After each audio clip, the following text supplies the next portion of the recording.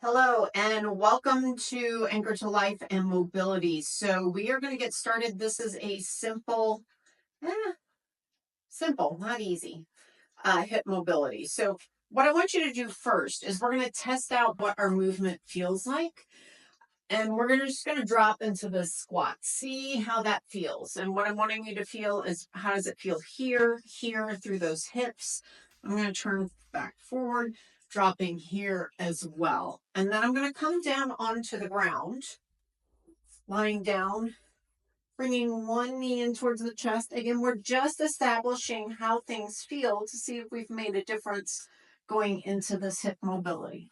Now, a little bit of a caveat here is that if you have painful knees, this is probably not the one for you to do if you get pain from weight bearing through your knees. So this won't be the one for you. So what we're going to do is we're going to come into an all fours position. Now, the knee or hip rather that we're going to be working on is the one that is down. The other leg is just kind of hanging out behind. Now, if this is painful for wrist, get a box, come onto your forearms. You can do this, whatever works for that.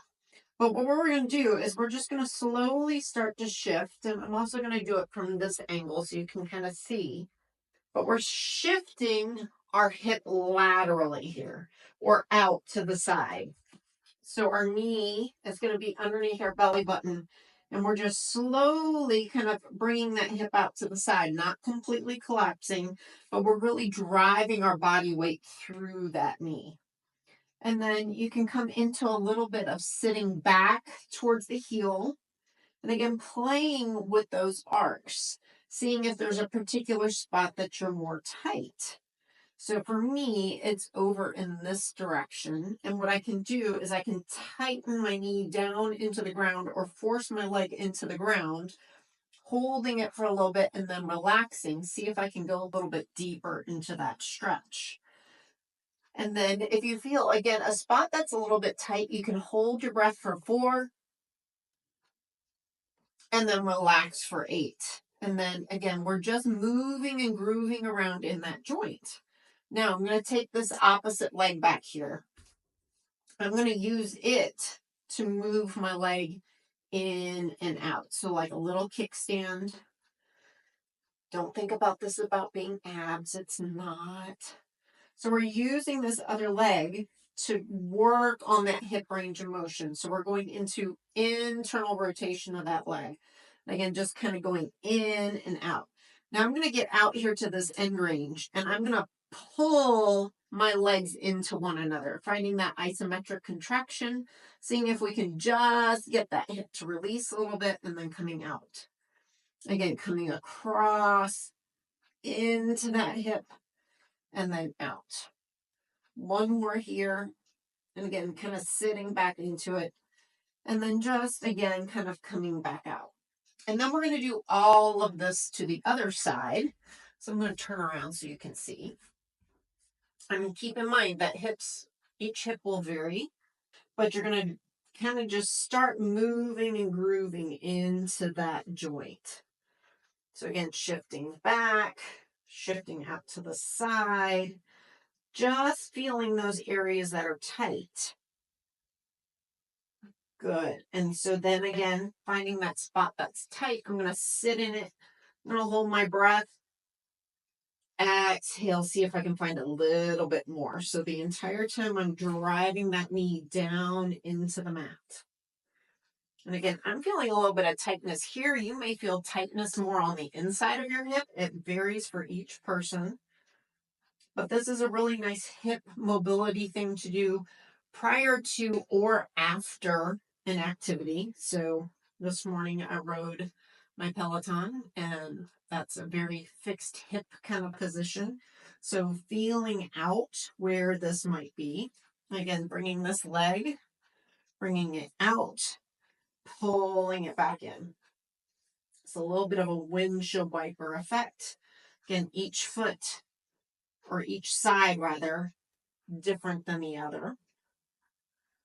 I'm just kind of sitting around, finding that end range and then pulling my legs into one another and then releasing.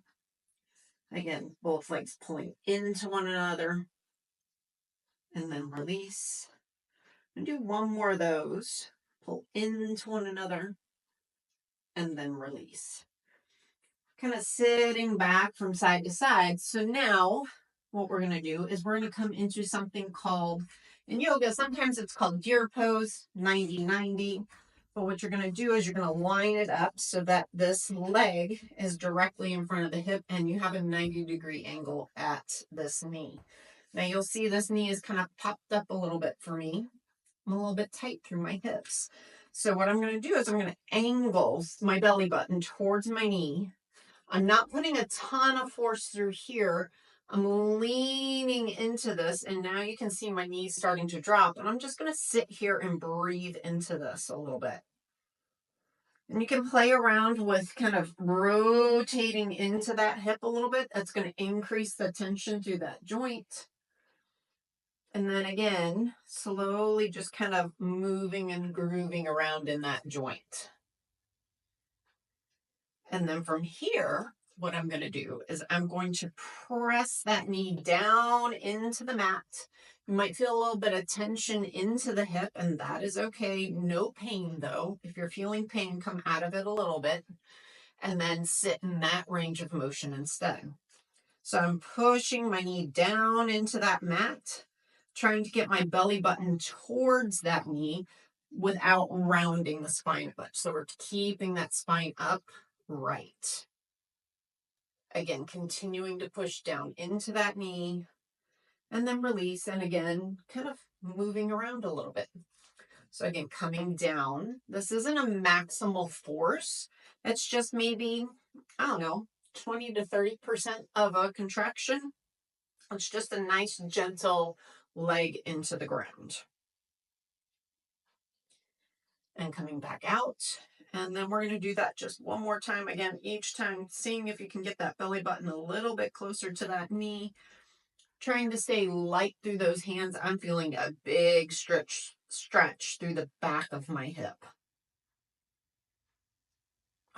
And then come up. And then you've got, of course, the other side to do.